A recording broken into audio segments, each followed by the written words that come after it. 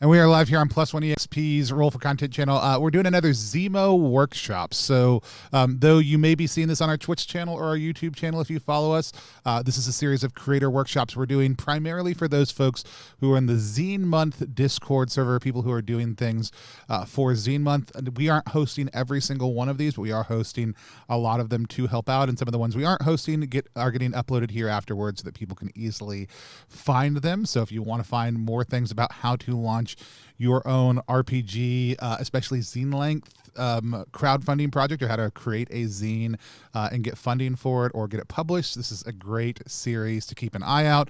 I did mention it the one earlier. If people have ideas for more stuff they want to see like this on our channel in the future, even outside of Zine Month, I really love these workshops. They've been super helpful to people in the community. We'd love to do it. My name's Tony, but I am not going to be the one presenting today. I'm going to fade into the background shortly so that Ian can really take center stage. I'm super excited to have Ian on. I'll have him introduce himself in a moment, but I do want to let people know Ian's one of my favorite people to disagree about crowdfunding with on Discords, because usually it's degrees of separation that we're arguing about, and it's really about best practices, not about fundamentals stuff like that. So if you ever see us going back and forth, I don't think either one of us is usually ever mad with each other, and sometimes we'll check in to make sure that's not the case. But with that said, it's been awesome watching Ian go from doing the Drain last year, putting out some other projects, doing some other successful Kickstarters, to having Hull Breach up right now, which is coming up on 400K funded, probably maybe hitting 500K before the end of the campaign over on Kickstarter. We'll see. I've got faith. I want you to have faith also, too. It's an anthology of 20 different creators. There'll be a link for it down below later. But if you are watching, we are still going to use workshop chat primarily over on the ZiMo Discord to take questions. You can type them in here, but I'm going to be paying mostly attention there. With that said, Ian, go ahead and tell people who you are, what you do, where to find you online, and go ahead and take it away. Thanks, Tony. I am Ian Yusem. I have been writing little bits of RPG content and self-publishing them for the last 2 years. Mostly I write stuff for Mothership. Last year for Zine Quest 3, I kickstarted The Drain, which was the first crowdfunding effort I have ever put out. It did way better than I expected it to. We had about 1,400 backers. And this year I came back with another project, Hull Breach, which we are just about to hit 5,000 backers. So there's a lot of stuff that I could cover related to crowdfunding. So rather than try to do a general overview, I thought I might try and take you through the most relevant material steps that you will need to take to prepare yourself for launch day, and then walk you through an hour by hour look at what a crowdfunding launch day looks like if you've never run one. And I also have a couple fun plans for random curveballs that we can throw into the mix as we're going through our simulated launch day. So basically I'm going to break this up into 3 parts, I think. The first, I'm just going to go through some launch day preparation tips and best practices. And Tony will helpfully step in to sort of help clarify some stuff as I'm going through my thoughts.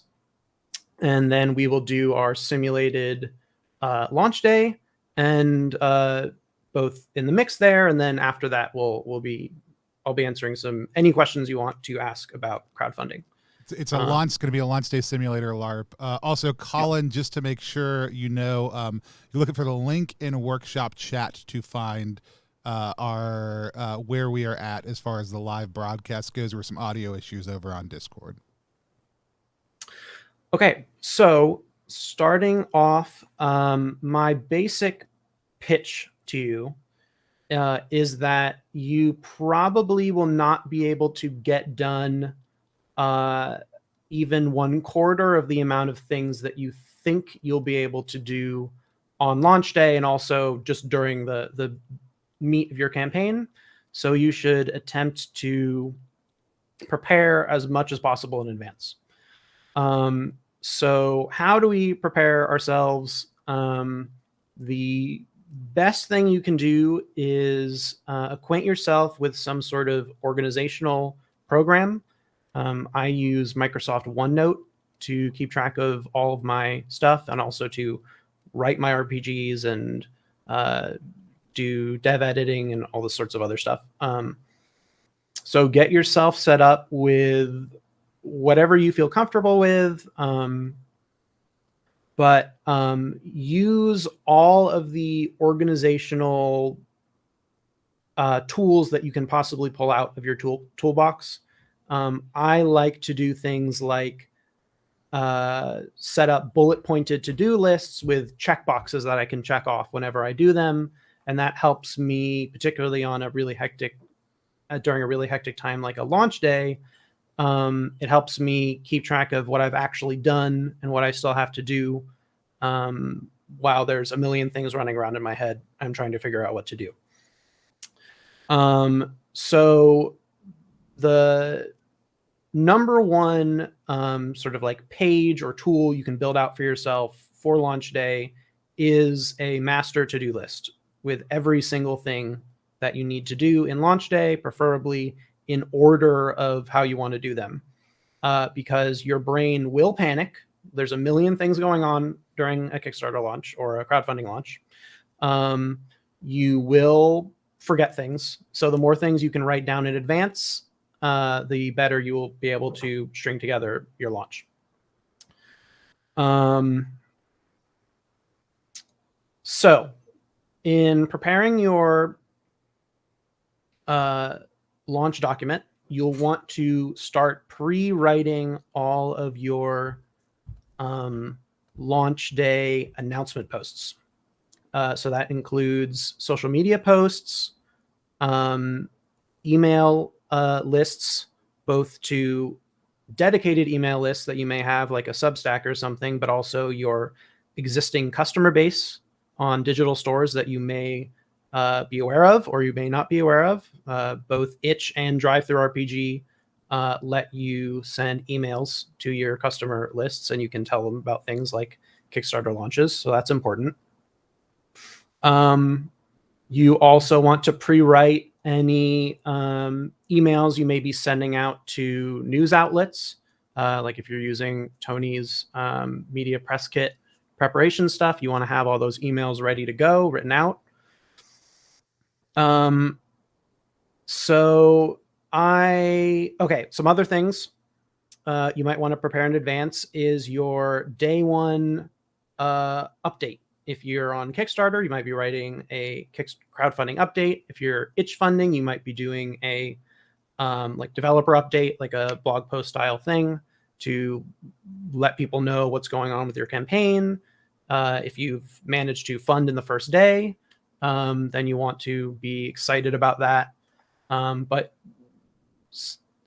I have some thoughts about this. I think in both cases, on both campaigns, I thought about writing that out in advance, and I partially did, but I left some elements of my launch day update to the actual day so that I could write out my actual genuine emotions as I was experiencing them. And that would be able to give a more authentic depiction of how I was feeling rather than just having a canned response before I even knew what was going to happen. Yeah, I love that. Blake Ryan wants to know, for tweets, media messages, and other things, like he asked if you do them on fly or if you prepare some in advance. So the answer really is kind of like both, right? Like you... So my initial announcement posts, I prepare everything in advance. I will go... shortly, I'm going to get into that. I'll show you what my posts actually look like and what my launch day preparation page in OneNote looks like. But I just want to cover a couple other things that you might want to prepare in advance. You might also want to at least sketch out in a rough framework of at least the first week of your social media campaign. You know, okay, so I'm launching on a Tuesday. What am I tweeting about on Wednesday and Thursday and Friday and Saturday? So that's another good thing. One other note I just want to make here. Actually, okay, so let's go. Tony, can you pull up my screen, because we're going to be digging into launch prep. Yep.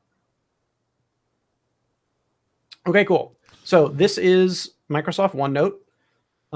This is a copied over version of the actual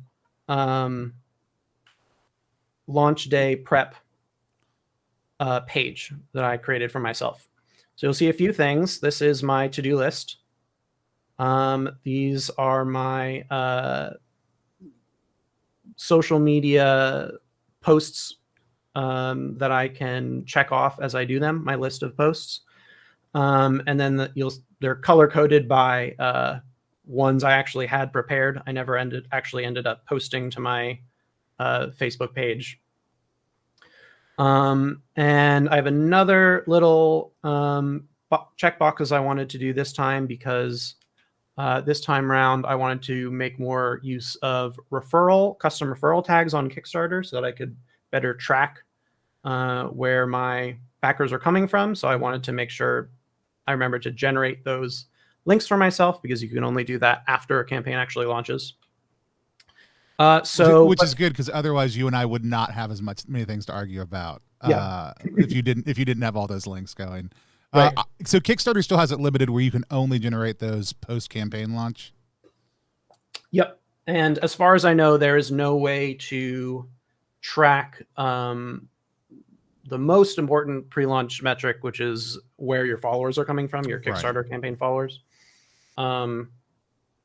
So I want to dig in, because there was a question about it, what my actual social media prep looks like. And it looks like this. So I'll, create little headers for all of my different post locations, and I'll write out the post. Sometimes on launch day, I will, tweak them a little bit. I'll make sure any, misspelled handles or anything are corrected, but this is basically what I go with. And the I could do a whole workshop on just writing different kinds of copy for different social media pages. But my copy, ad copy for a role-playing game thesis is that you should write for the platform. And let's look at some of the differences between my different posts. So let me pull this up real quick. I would say, depending on the platform, you also may be writing for the group you are posting, and also whether that's a Reddit or a Facebook community or something else like that. Right. It's not just platform dependent, but also community dependent. Totally. And I'll get into that a little bit here. So I want to take a look at a few posts. So you can see Twitter here on OneNote. This was the post I had pre-written. And then here is the actual post.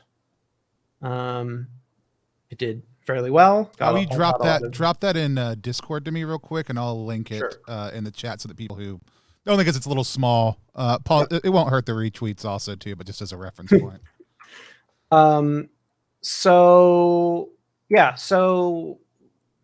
when I'm doing a launch, an announcement post for a launch of anything, be it crowdfunding or just a normal like zine launch, I like to direct link to wherever the storefront is. I am definitely not a Twitter expert, and I know that some people say that the algorithm dampens direct links and that you should link the thing in a comment. I find for something as important as crowdfunding, where the main goal is to get people to buy the thing and not necessarily just boost your social media profile and get followers, you want to direct link. And so I aim to have a single tweet where I am communicating everything I want to communicate, and I'm linking directly to the campaign. So there is no confirmation one way or the other. It is largely anecdotal. I will say though, even with that said, a big part of what you do that's very good, as well as others, is if you have enough people in your community who are excited about the launch, who are going to go retweet that, it doesn't matter that it's been demoted. The natural sharing is going to make Twitter go, oh, this link isn't an ad, even though it very much is. People are excited about this. Now we want to show it to people. So if you're really worried about that, the answer is don't be tweeting alone. So on this tweet, you will see some, these are the things I tried to hit. I curated a campaign specific emoji that I used on many of my posts. So it's this caution sign. So I use that to grab attention. I condensed my selling points, which are, hey, there's a lot of people working on this. It's a really big book, and here's the kinds of content that you'll be able to find in it. I'm making content for a system that is larger, much larger than I am, has a much larger base than I am. So I made sure to @ them so they would know to retweet it. And importantly, I was able to successfully have this nice looking Kickstarter card with the image that you can click as a link because I used the Twitter card validator tool. So sometimes when you launch something like a new website page or Kickstarter goes live, and you post it somewhere like Twitter, the card will not automatically populate. So you want to manually use this tool to make sure it populates correctly. So all you do is you paste in the link and press preview card. If it generates here, this is exactly how it will look in your tweet. Facebook has the same function to it also too, though I can't remember off the top of my head where it is. Good to note. Do you by chance know how to do this on Discord? Because it always seems very mysterious. Discord likes some things and doesn't like other things. So it's about making sure that you don't. Yeah, it's the Facebook debugger is what it's called. There are scraper sites that will repopulate a card no matter where it is for you. I mean, it still can be a little bit hit or miss, but there are other ways to even circumvent sites not liking it by adding in another layer of stuff. But like, it's one of the reasons why people oftentimes post their tweet, because Twitter Discord seems to like, as opposed to other things that it does not. Right. So on Discord, I will sometimes post a tweet. Sometimes I will just post the link and hope that the card populates. And sometimes I'll just post a link with an image. And so that it won't be the image won't be clickable, but at least there will be an image. So this tweet, I would say, was reasonably successful. And I think the biggest takeaway from Twitter is I have a suspicion that you should just direct link if you're doing something primarily aimed at getting people to buy something on the site that you're linking to, rather than just boosting your own social media profile. Okay, so let's move to Reddit. Reddit is an interesting beast. I know a lot of indie creators seem to struggle with it and their unclear self-promotion policies. So the critical thing on Reddit is they want you to be an active participant there. So you should try to, if you're going to use it as an advertising platform, you should try to be active on Reddit. Post like 5 to 10 comments on unrelated posts within whatever subreddit you want to post marketing material in between each promotional post. And also try to separate each promotional post by about a week. And if you follow those rules, you should be okay to post on most subreddits like r/rpg. So the biggest thing that I see people struggling with when it comes to writing copy for Reddit is they write copy like an ad rather than like a Reddit post. And Redditors like to read about a story that happened to you. So I always write things specifically for r/rpg. It differs with other subreddits, but for the RPG subreddit, I like to write things as I did something. So I tell a story like I collaborated with 20 indie authors to create Hull Breach, a massive anthology book for the Mothership Sci-Fi horror RPG, now live on Kickstarter. I also prefer to direct link on RPG.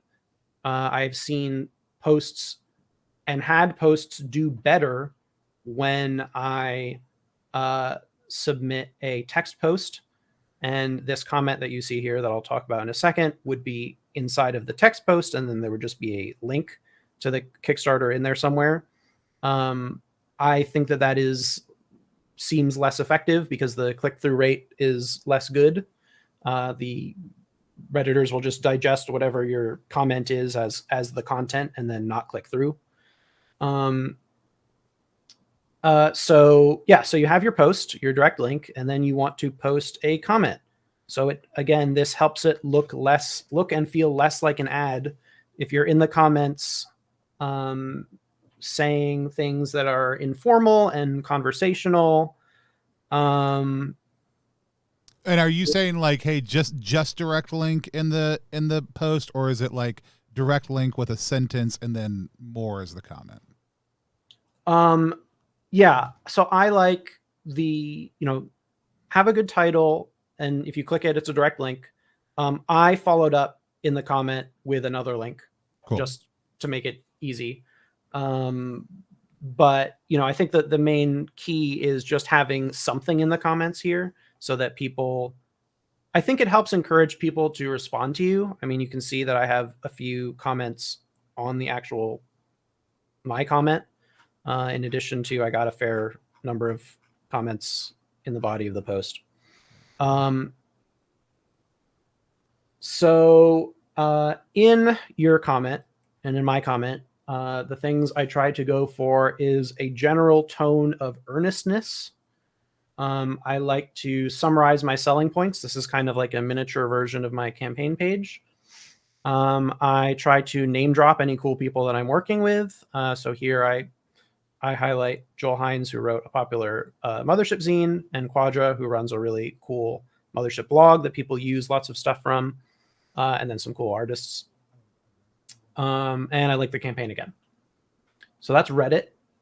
And the other apocryphal bit about Reddit, which could be true, I just don't know if it's substantiated or not, is that it's within a very short period of time after you're posting, you're going to get, like, if you have a lot of people to go upvote you right away, you're going to see a lot more success, and your groups are going to favor that. Either way, it's not bad if you have friends, if you have people who are going to retweet, if you have a Discord community you're a part of, to drop a link to your Reddit post right after you do it in that Discord community. Encourage people to go comment, to go engage, to go do all those things. This is going to help it no matter what. Which I don't know if you've seen any sort of connection behind, but I also only Reddit enough to be able to promote and things when I want to, and not a whole lot beyond that. Yeah, that's a really good point. I probably should have written that down in my notes. Definitely have a group that can retweet and upvote your posts as soon as you post them, even if it's just, me, my editor, and my artist. That's something. But it could be, I am in a Discord for third-party Mothership creators, and we have a dedicated channel for signal boosting, so we all boost each other's stuff. I also posted all my announcement posts in the work Discord for Hull Breach, which, because it's this big anthology project, there's 20 writers in there. Right. So that is a big deal. So let's quickly take a look. So these 3 posts here are the announcement posts that I made for Hull Breach. So here we have no, these posts. Let's click through.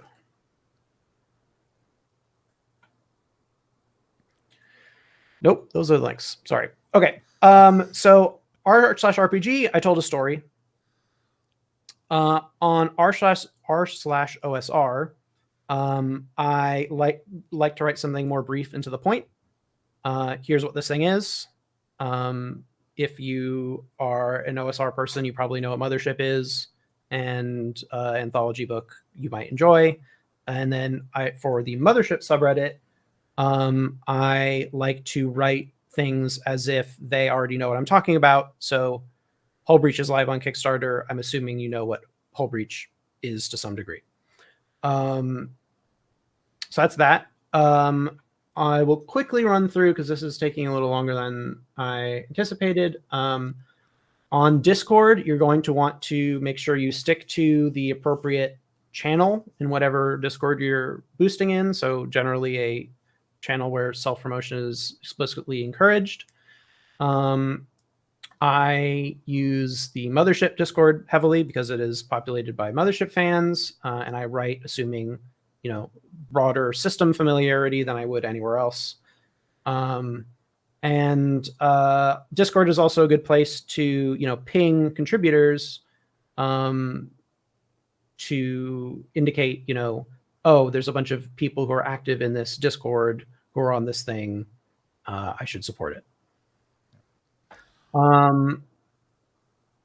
So that covers some thoughts about ad copy for announcement posts. Tony, if you could unbig your screen.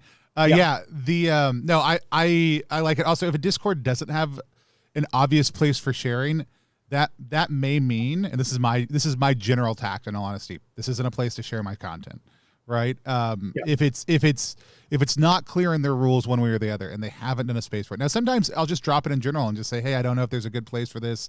Like, apologies if this isn't the right place. But also, if you're not familiar enough with the Discord to know the answer to that, you're not probably going to see a lot of fruit from just link dropping in there and running off, right? So just FYI for anybody out there who's wondering, like in +1, we have 4 different hype channels because it's a huge part of what we do. So we have nuanced hype channels, and people are always like, did I put it in the right one? I was like, we're not cops. We're excited about your projects. Don't worry about it. But if you don't see one, that may just be a sign of, no, that's not what this place is for. Right. But I would also say there's always going to be some amount of hesitation. Like, is it cool with me posting this? Unless something's very explicit, anywhere, like on Reddit, it feels a little weird to post. So I tend to say, I'm just going to post my stuff anyway. And if people want to delete it, whatever. Well, that's the other thing.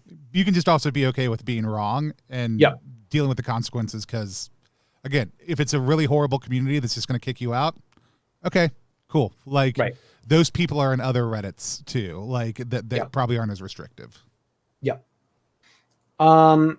So let me just go through the rest of my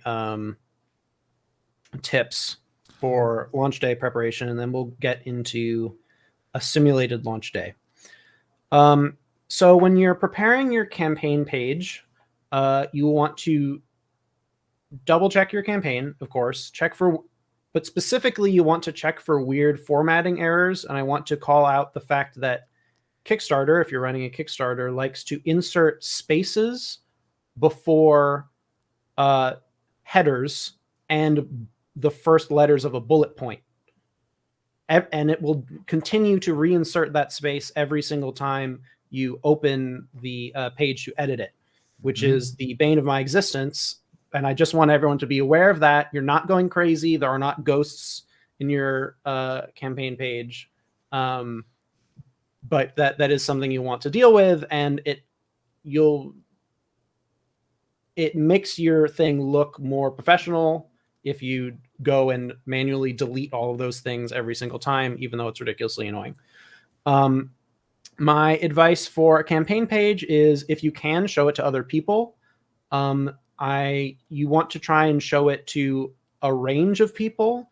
I would say show it to both the smartest RPG person that you know, who is the most familiar with the platform that you're using, but you also want to show it to someone who has no idea what RPGs are, like, your mom or something. And you also want to show it to someone who's into the particular style of game that you're crowdfunding, and then someone who's not particularly into that style of game. You want to get a wide spectrum.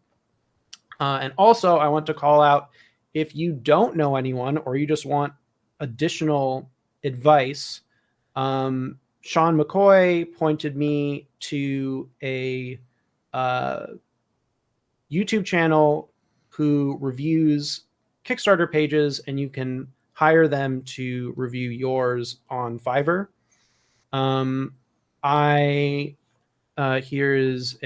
saw that you had done that. It sounded like the most ridiculous thing in the world, and I really want to know how it played out for you. So it's not a promotional tool. Like, this is not, you're not leveraging their audience to get sales. What it does do is give you ideas for things that you can do to update your page. There were a few good things that so the channel is called Bauer's Game Corner. Tony, could I just send the link your way? Yep.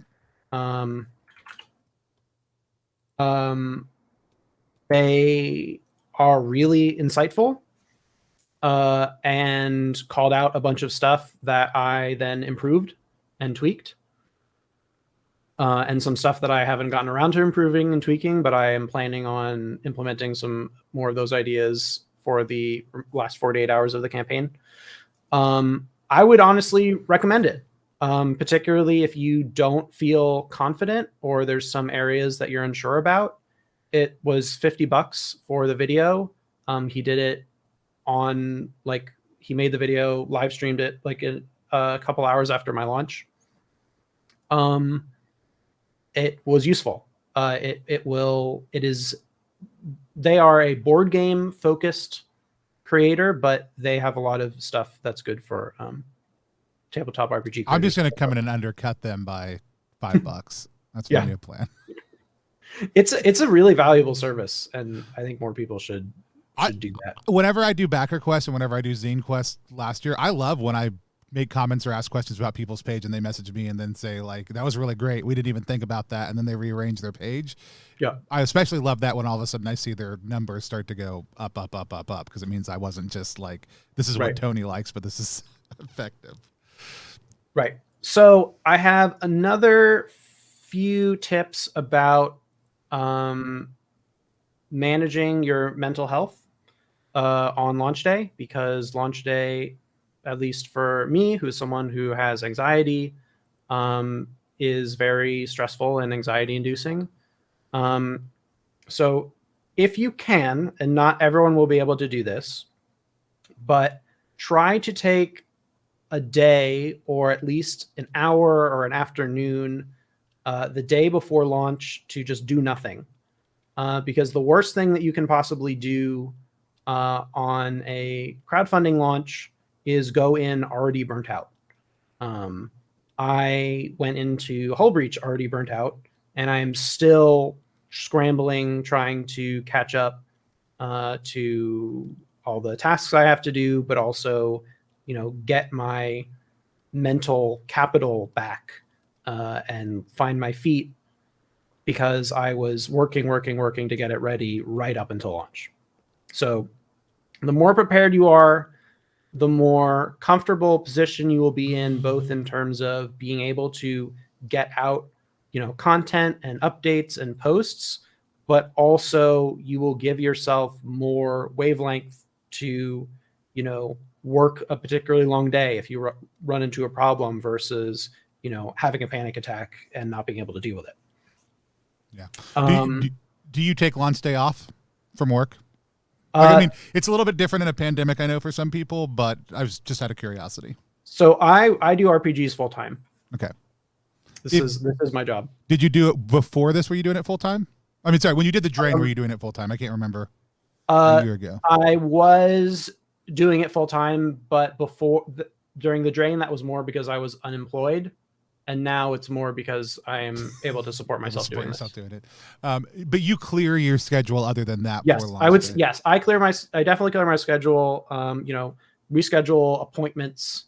If you can take a day off work, I mean, you're going to have to weigh that depending upon your own situation. If you're running a small campaign and, you can't take a day off work, then don't do that. Don't put yourself in that position. But, more than for just the time that you need to get everything done in that day, just because of the intense stress of the day, I would say you want to clear it as much as possible. And then I just had a note here. I wanted to mention that you should try to, if you can, familiarize yourself with anti-anxiety tips from a mental health professional if you can. Because I find that going into something that is going to be stressful, it is empowering to have tools, even if you don't end up using them. And one thing that my therapist recommended for me, which I did use on my launch page effectively, is to have a bowl of ice water handy to stick your hand in, because it just sort of calms down that fight or flight response a little bit. So go in as prepared as you can in terms of promotional posts and everything, but also go in as prepared as you can mentally. I want that Twitter shot as part of your next launch one. Just your hand in the bowl of ice water on launch day is a good curiosity post. Yeah. I love that. I'll also say, worst case scenario, yeah, you've got better mental health. It's another great thing about having a to-do list because it keeps you busy and keeps you focused and keeps you from not thinking about those things as much. Yep. But then the other big day that I always, my first campaign, and I was a little bit more immune to it from having run e-commerce, day 3, 4, 5, whenever your campaign slumps off and all of a sudden you've got the dopamine from the first 4 or 5 days that have been rushing, and all of a sudden you've got way less pledges and you're like, why does everybody hate my project? Yep. That's another really hard hard day. It's normal. Yep. So related to that, I have another point of advice that I think is a good one, is before launch, set a dollar amount that you hope to reach by the end of your campaign, and write it down and tell your friends about it so they can hold you to it. And that is your happy number. That is your I'm satisfied number. And because the nature of crowdfunding is that if you do well, the goalposts move, and you won't feel satisfied because the numbers keep going up. And what if I hit this benchmark? And what if I hit this benchmark? You need to cling on to that happy number that you've set before the campaign for dear life, because otherwise you're just going to be miserable about, today was really slow, or, I just noticed someone canceled a pledge. And if you want to hit other points before this, but I think the question for that is, how is that different than your funding number? Can you talk about that for a second, or do you want to come back to that later? So I think that the funding number is a big thing. So personally, the way I approach a funding goal is to set it not as the total funds that I would need to produce the campaign, but set it as the total funds that would cause me to prefer to walk away from the project entirely and never touch it again, or continue investing my own time, money, and energy into it. So there's a blog post about it. I'll find it and post it in the Zine Month workshop chat after the workshop. But basically, if you've sunk $4,000 and 6 months of your life, or $500 and 2 months of your life into a campaign before you launch, then you don't want your campaign to be the rest of your budget. Because if the rest of your budget is $5,000 and you reach $4,999, then you lose out on $4,999. And you also lose all the investment that you've sunk into it. So generally, depending upon how much work and money you've put into your project, you want to set it at a lower amount. So Hull Breach, the goal is for $10,000. That isn't anywhere near the total budget for Hull Breach, but it does represent the walkaway point where I would be willing to just cut my losses, pay everyone for their work, and just walk away from the project entirely. Awesome. Can I ask what the happy number was? The happy number for Hull Breach, or I should say, I don't think is, the thing is, I didn't follow my own advice there. I created that thing based on you not doing it. Perfect. Right. No, that's great. I love that lived experience. Right. So I would say it was around like 100,000. Okay. Would have been my happy number before launch. Awesome. Well, I'm going to let you keep on going to some of your other points. Trasharama has a good follow-up question to that, but let's hear some of the other things. We can come back to what happens when you're more successful than you thought you would be a little bit later.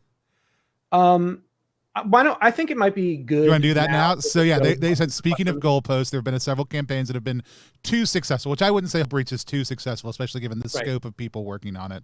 But the creators get overwhelmed. Any tips on how to mentally scale your project?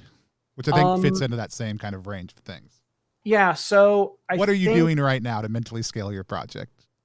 Well, I planned for, the practical things like, how many books, what's the absolute maximum that I could tell my printer to print before they told me that's ridiculous, we can't do that. And so, I'm checking, it's making sure that what do the numbers look like at higher amounts? Can this printer support this number? And there are points where, you might be caught unawares, but generally there are enough signposts before you launch where you have a pretty good idea of the general region where your campaign is going to end up. But if you are totally caught unawares, like you're just making some small zine, you're planning to print with a local shop, and then, Critical Role runs your project out of nowhere or tweets about your project or something crazy happens. I think my advice would be to drop all your other plans and create new printing plans first, like before you do anything else. Okay. So look at the actual, don't think about how do I keep on milking this and ride this up for as many stretch goals as possible first. Think about how do I actually make sure I can still deliver that? Because my $10,000 walkaway number is potentially no longer the same number, and I have to go refigure out what my baseline is. Right. So, it's a mix of planning really well, and there's a trade-off of planning for a very high number. On the drain, definitely my highest number that I planned for in terms of like budgeting, we blew way past that. There's also the mental trade-off of, if you set the highest bar to something that you don't hit, that can be demoralizing, but generally you want to plan out as much as possible.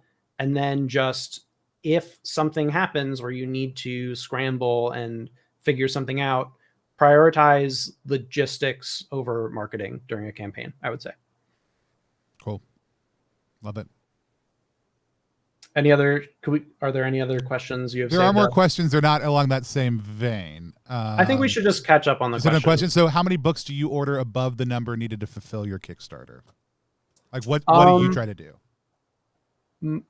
For the drain, I believe I ordered an extra 50% about. But the answer is coordinate with retailers.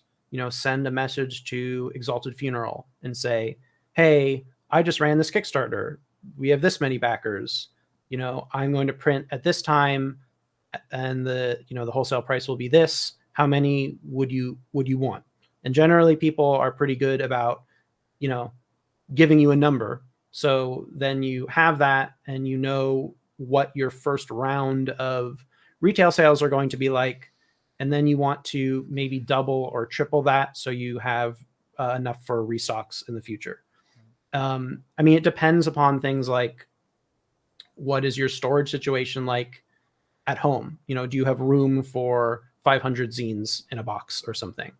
Or do you want to bother managing 500 zines in a box? Yeah. Do you want to ship things when people order them? Right. Right. Totally. With Hull Breach, it's a totally different level. I cannot physically store, many pallets of boxes. It's not practical. So it's all going to go to a warehouse, which I'm fulfilling from. It's just kind of a gut call, honestly. It's going to be some multiple of the initial run of retail, plus I'll probably be looking to open up my own web store to sell my stuff direct. So I'm going to need to figure out, how many how many books do I want for that? But I would say, as a rule of thumb, 50% over your print run is decent.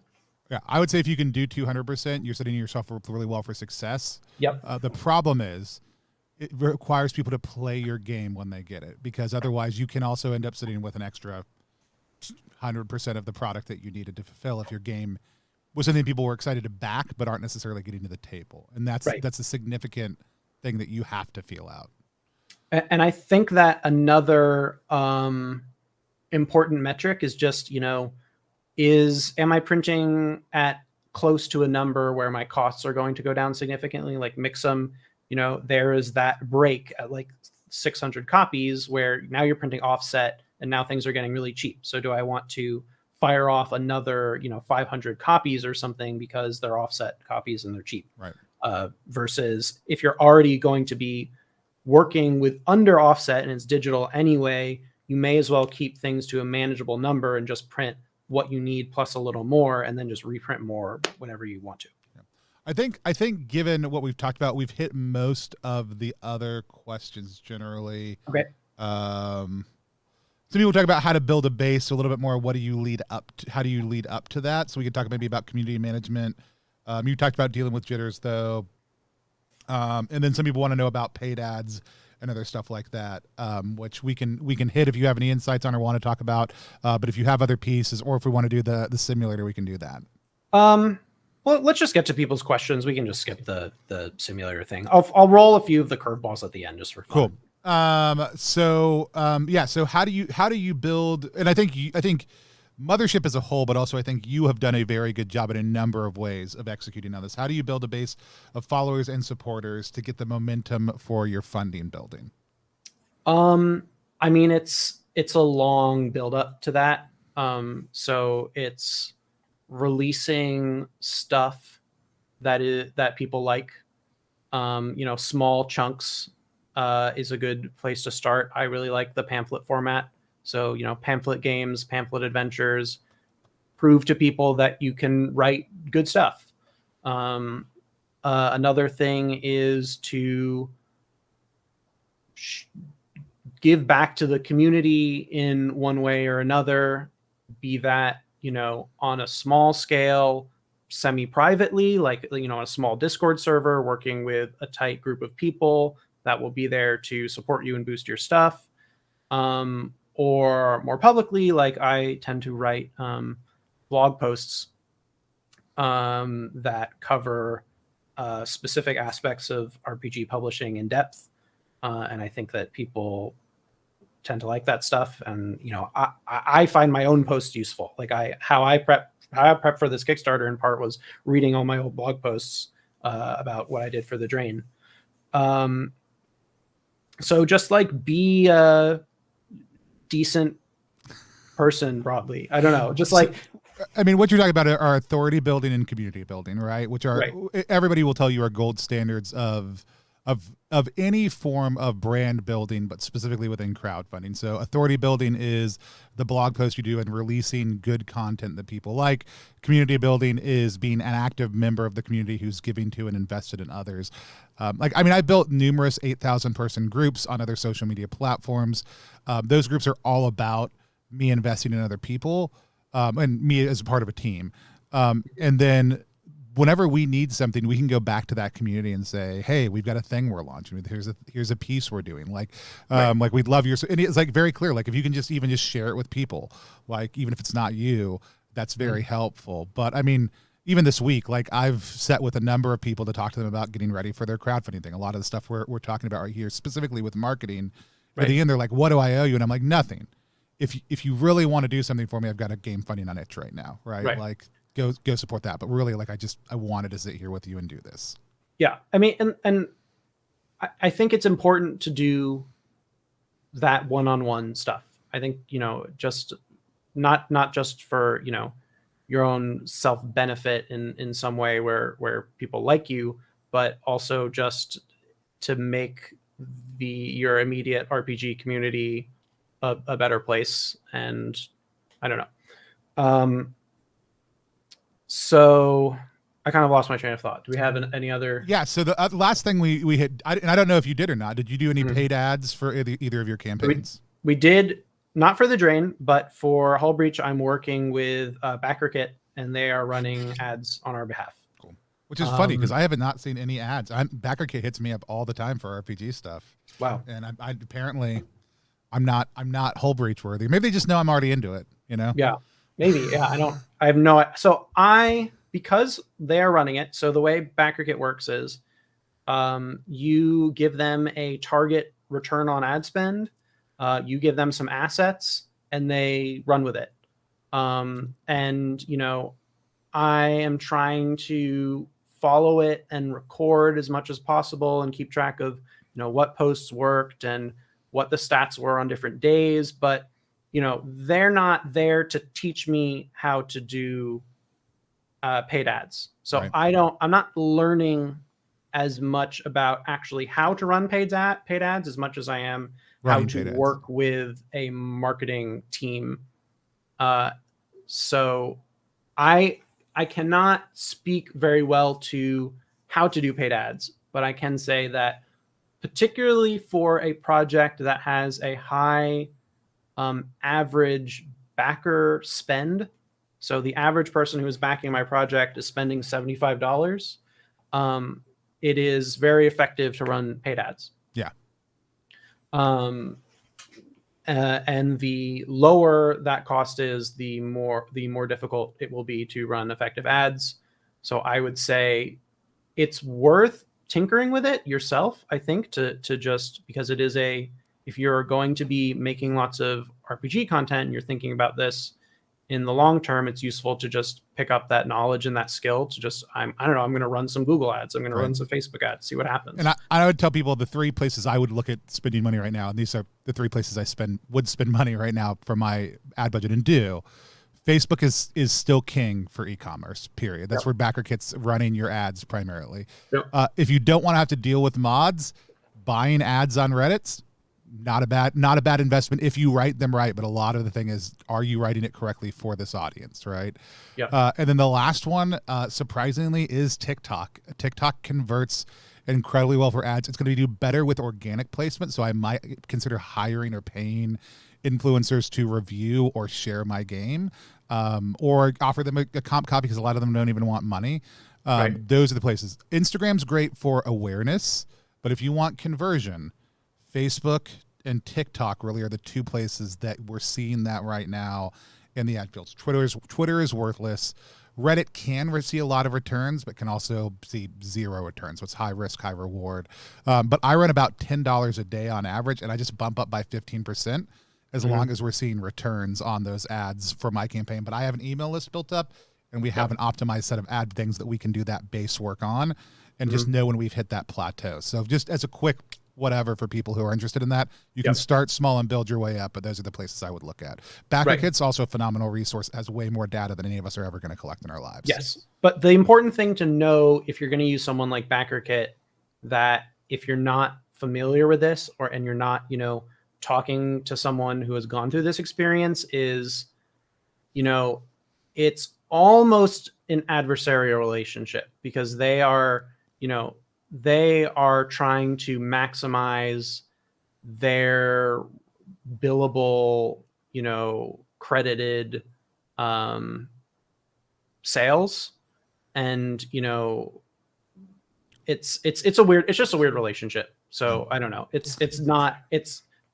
For me, having never worked with a marketing team before, it is an interesting learning experience going from only ever working with like RPG people who everyone wants to tell you, everything and help you as much as possible. I'm talking to, Kristen from Exalted Funeral or something, and she speaks to me for like 2 hours telling me how to do some topic in minute detail just because she wants to help people.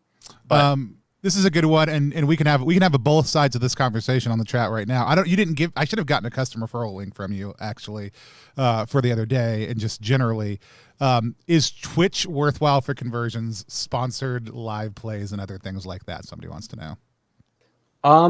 I mean the within the 24 hours after we streamed, my numbers generally seem to go up a little bit. It's really, it's hard to, we didn't do like I said, like I love when people give me referral links, and I should have asked you because I did know you were doing them, but we both had plenty of things going on. Right. Cause I'm happy to be measured. Right. And it's hard. Like we talked a little bit about, somebody could see it on the actual play and just Google it weeks later. And like, we'd never know, but, I think nothing is as helpful, period, as people seeing a game played and knowing it's fun. I think actual plays can be an absolute travesty that converts nothing because people who are running the actual players don't know how to convert and push the game.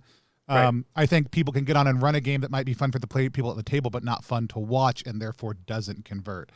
Also, if they just depend on the Twitch side of things, which I don't, like when I am running an actual play, I am tweeting about it beforehand. I'm including the links to that. I'm doing a lot of different types of generation and posting for that.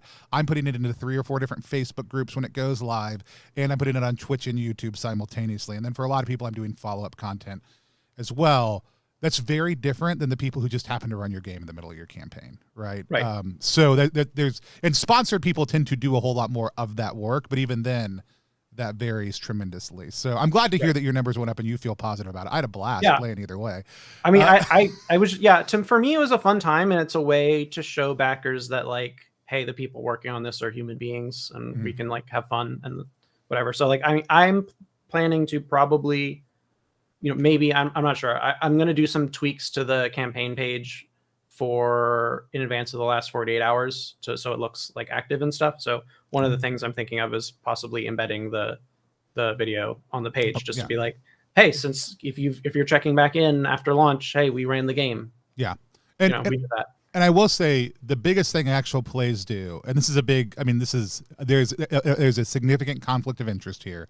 I'll clarify all of that for what I'm about to say. Right.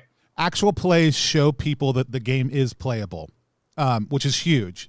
Do people watch 2 to 3 hour long actual plays as readily as they do other things? Like we're a couple days later, we have 108 views on that, and the actual length of, and that's just YouTube, so not including the original Twitch stream, which had over 100 viewers at one point also.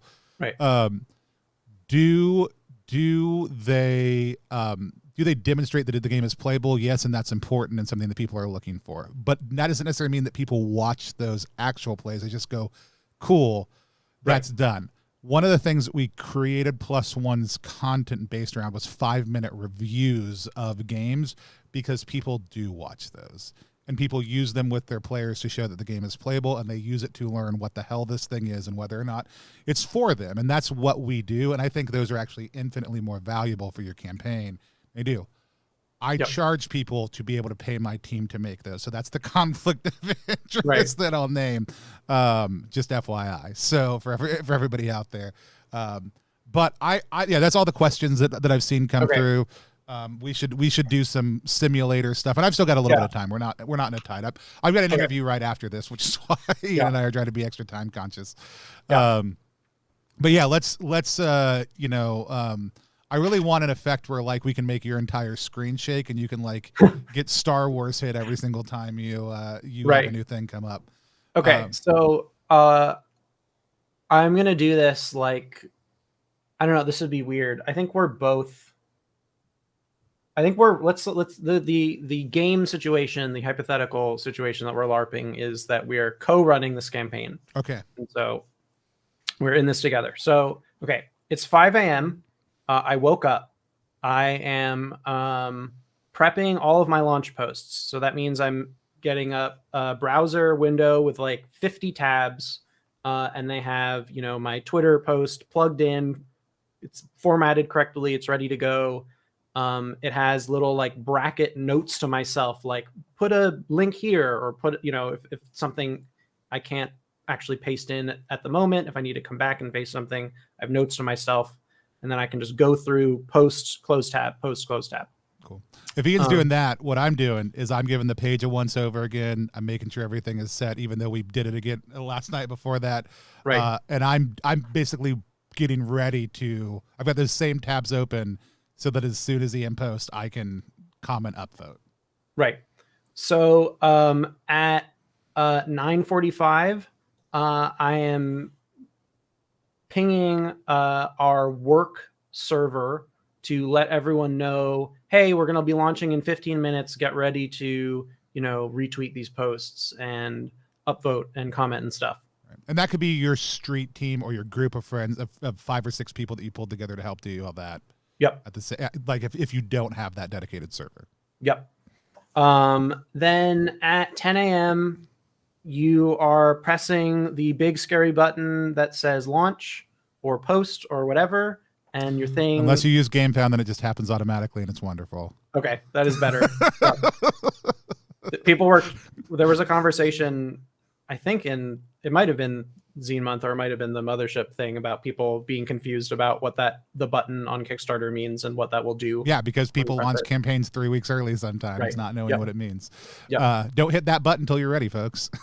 So the very next thing I'm doing once it's live is I'm validating the Twitter card.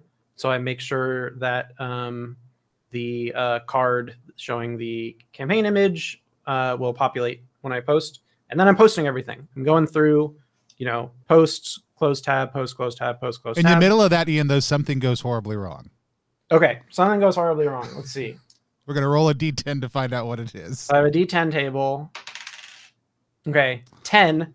Okay, you go to open Twitter, and it's refreshed to the most recent thing. Everyone is talking about itch.io is moving to the blockchain. Oh no, everyone's freaking out. You're posting on itch today, and they've announced this horrible thing that's totally overshadowing our post. Tony, what do we do about it?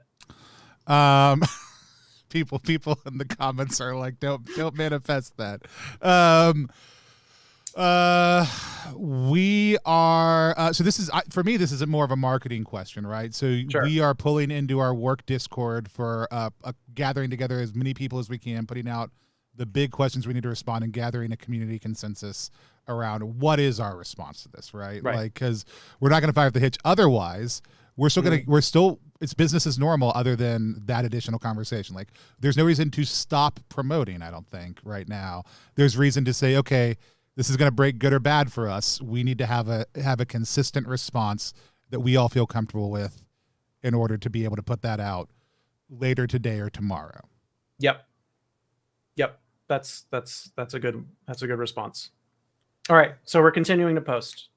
We've grabbed any referral links that we want to have if you're using a platform that does that.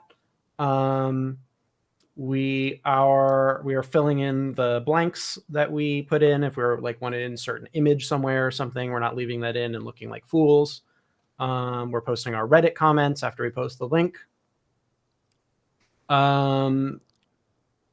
Then Tony, do you want to take this? You're seeing my screen, right? Oh, I can't. Oh, I'm not currently. I can in a second. Hold on. Okay. I can't read anything on your screen. It's way That's too fine. detailed. That's totally fine. So then we are let's say it's whole breach and we've funded in 3 minutes and we need to scramble and update the stretch goal graphic. So I'm doing that. Then I am checking in with BackerKit and seeing what our ad spend is. And I've never run ads before. I don't know what's happening. Okay, the return on ad spend is a number and it's above the number that they said would be a disaster. So that's fine. Let's keep going. Now we're going to see something else goes horribly wrong. Let's see what this is. One of our pledge tiers is wrong. People are backing it, and the shipping is wrong, and the item is wrong, and it's just wrong. We need to do something about it. What do we do? So in case anybody's wondering, depending on what platform you're on, right, you either can or can't adjust. And on a Kickstarter in this situation, let's say you can't. Once somebody has pledged to a certain level, you cannot do anything about changing that level. Before anybody's pledged to that level, you can adjust it. So since people have already pledged this level, shipping too high or too low? Only one of those things is explicitly bad for us. Right. I think it's shipping too low, and there's like an embarrassing typo. Cool. You can freeze one. I'm pretty sure. Like you can stop people from pledging more. So the first thing we're going to do is turn off the ability to pledge at that level, right? I wait until it hits a fun number like 69. 69, yeah, especially since the typo that matches with the typo really, really well. Yep. Actually, that's what we're going to push out and say we need 4 more people to get from 65 to 69 on this pledge level. Right. Draw some traffic to the campaign. Everybody will laugh. It's really funny. Yeah. And then we're gonna one of us is gonna freeze it down while the other one tweets that. Then we're gonna wait a minute. You're supposed to be answering these questions. Yeah. Yeah. I mean, I don't know. I could. No. But I then think we're gonna email Kickstarter to see if they will back end change this because they can get in there and do stuff we can't. That's smart. I wouldn't have thought of that. I would have just said fix it as soon as possible. Yeah. Okay. But then you also can create another pledge tier that's similar and ask people to matriculate to it while still saying you honor the correct one. You may provide some sort of small incentive to do that. Yes. All good thoughts. So it's 11 a.m. now. We funded. Huzzah. I'm posting our campaign update. I am, as I mentioned earlier, I've written out all the boring stuff, but I left a big blank for me to post my emotional feelings on funding successfully for in the moment. And I write them out now and I'm posting them. That's great.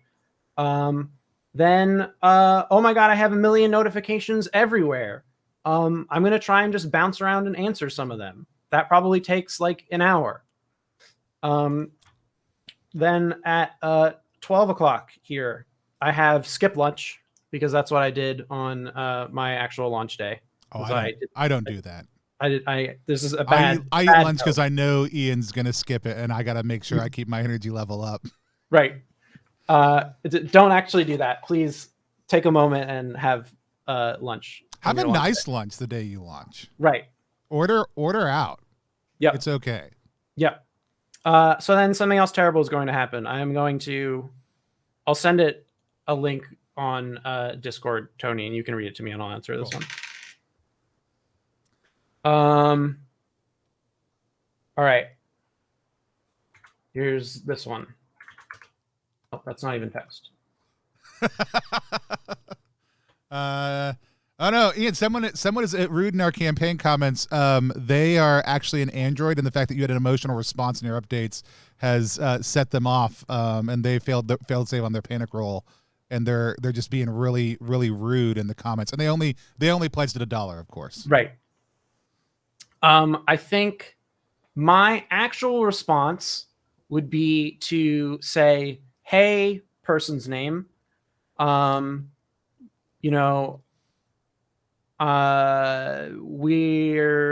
trying.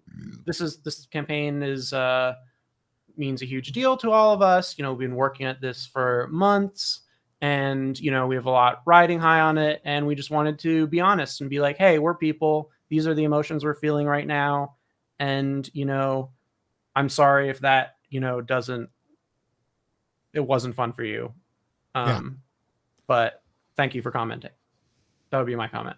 But if a cool person like maybe like Sean McCoy would say thanks exclamation point, and then that post and just say nothing. Yeah, that would be it. The best case scenario here is also like if you have an excited backer base, they're already responding for you, right? Like that's when that's a sign of success. Like this is pretty much going to happen on any Kickstarter campaign. What you got people up in there already responding on your behalf, you're winning.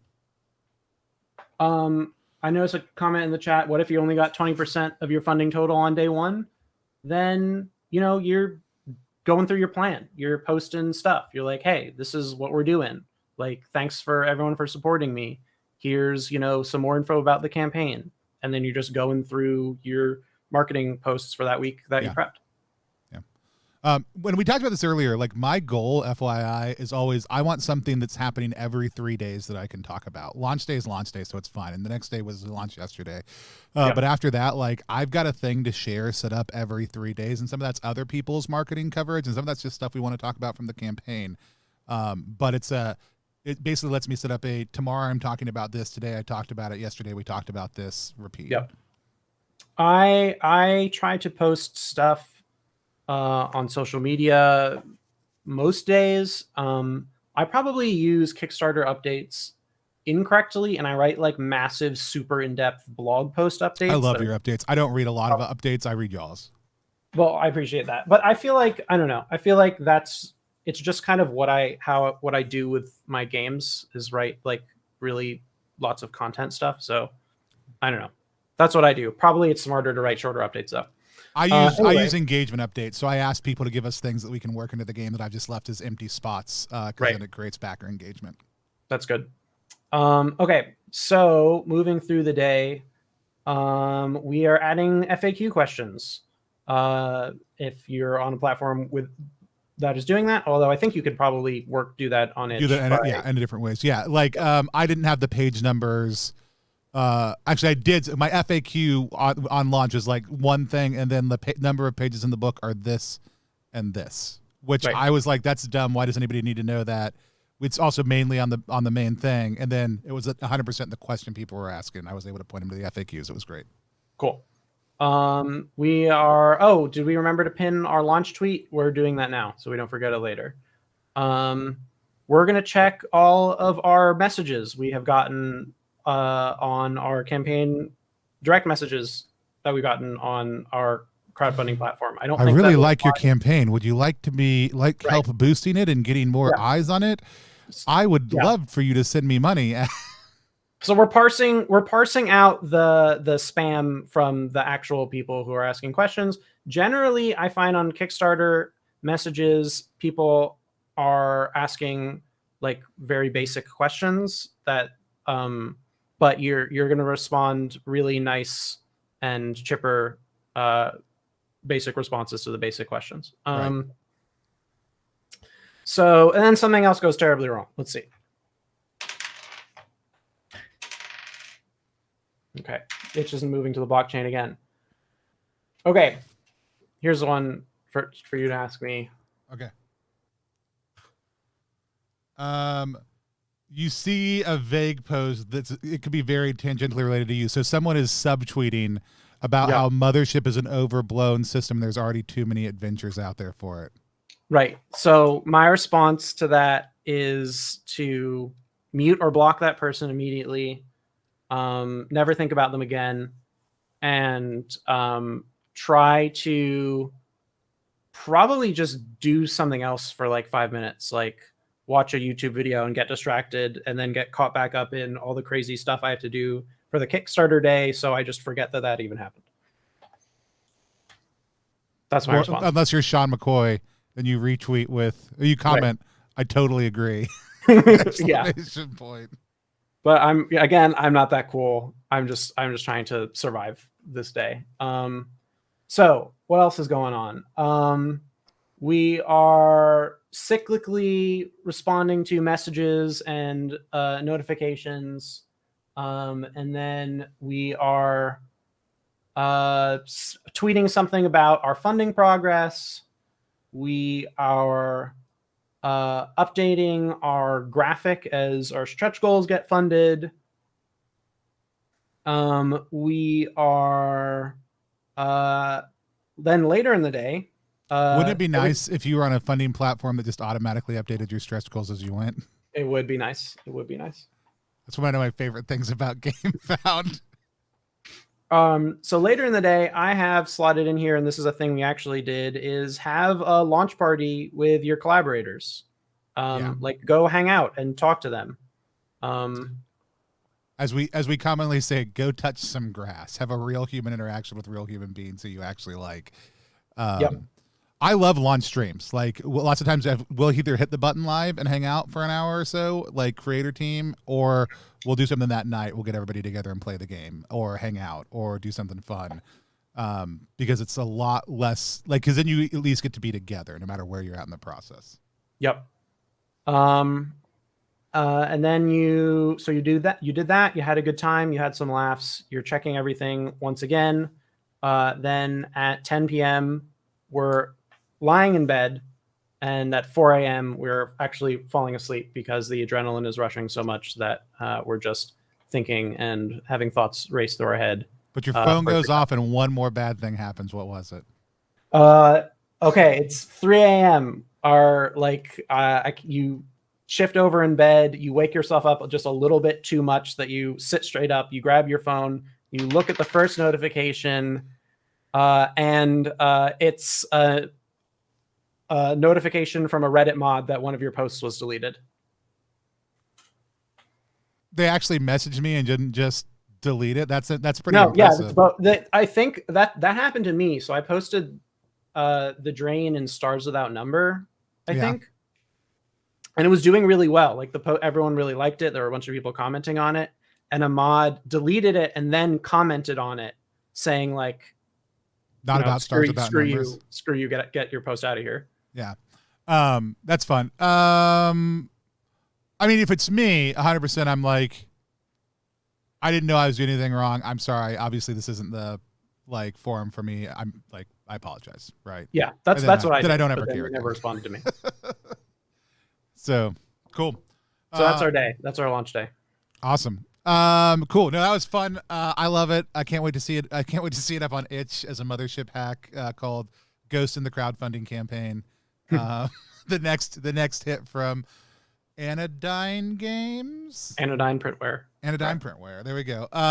Awesome. Ian, thanks for coming up. We've had it up on the bottom of the screen a couple of times, but I do want to remind people to go over and check out Hull Breach. You can go to ttrpg.link.hull to check out that whole project, which is it's an anthology of 20 different creators. We actually played last Saturday. We played with 4 of the creators. Ian ran it for us, or 3 of the other creators. Ian ran it for us. I got to play.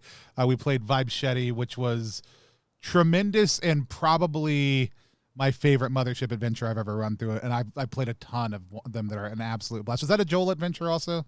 Yep. Yeah, I love Joel stuff. It was really fun. I hate watching myself. I hate listening to my own voice, but I like watched the whole stream the next day just because it was fun. Yeah, it was fun to watch. It's been a blast. So that's up. Go check it out right now. Again, it's really well funded. Ian has to write down a happy number for himself now, and be okay.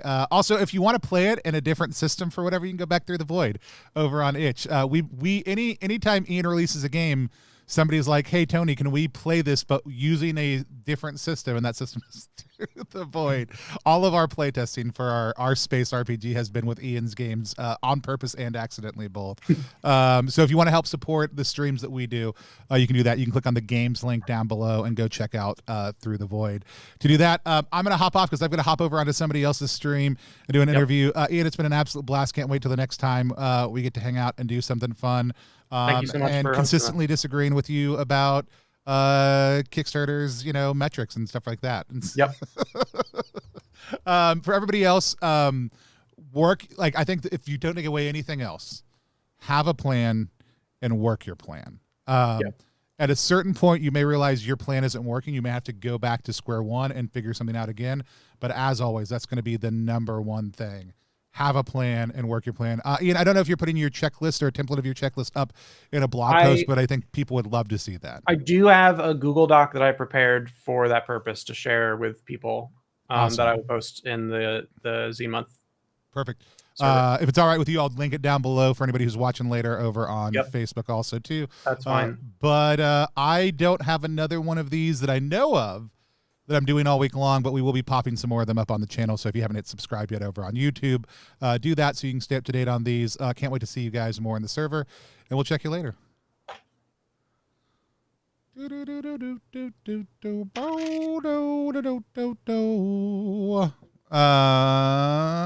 right, let me just